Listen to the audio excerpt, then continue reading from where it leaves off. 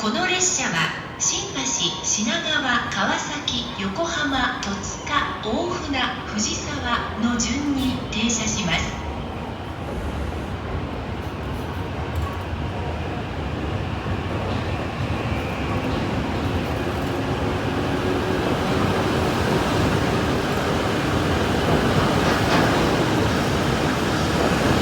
電車をご迷惑をおかけしております。次の伊東行きですが、ただいま5分ほどの遅れで上野駅発車しております。到着まで今しばらくお待ちください。37分頃に到着いたします。ご利用の皆様大変ご迷惑をおかけいたします。